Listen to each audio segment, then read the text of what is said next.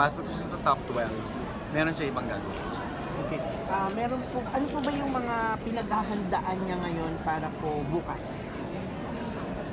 Kaninang umaga pinaghirapan namin kung anong final gown niya.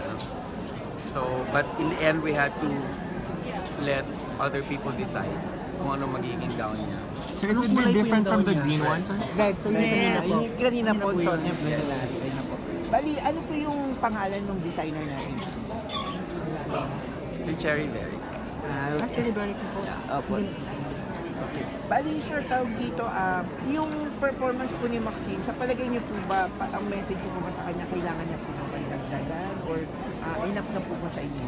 Ito yung part ng contest na you leave everything to the universe.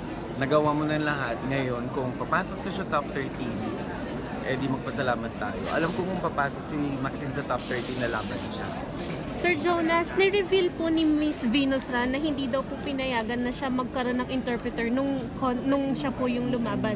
Ngayon pong pinayagan po yung kay Maxine na magkaroon ng interpreter. Ano po yung opinion niyo po dito?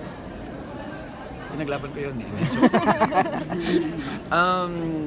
I think it's about time that we, kapag may mga delegada tayong nahirapan din, hindi naman sila nahirapan sa English. No? Opo. Siguro yung mag-express lang ng mas magandang thought. Yun lang naman eh. Kesa naman pagtawanan. Pag nag-English ka, wrong grammar, pagtatawanan ka. Pag nag-Tagalog ka, may interpreter, pagtatawanan ka. So basta kung anong pinamaganda, yun ang gawin mo. Sa tingin niyo po ba kung sakaling nagkaroon ng interpreter si Miss Venus Ra, siya po ang pangatlo nating Miss Universe? Well, kanya-kanyang destiny yun. So kung destiny niya maging fourth runner-up, ibigay pa rin naman natin kay Venus na siyang dahilan ng kung bakit nagkaroon tayo ng Yes. beauty pageant crazy nation Laging ulit. top Yung one. wave ng beauty pageant. Siya naman ang buhay ulit.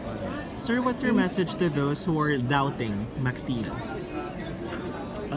To those who are doubting Maxine, you know, you have to doubt yourself more. Because doubt mo yun eh. Hindi naman nagda-doubt si Maxine eh. 100% confident po ba ang kandidata natin? Yes. Na mauuwi niya? At kaming supporters din ganun. Sir Jonas, may last question po. Bali,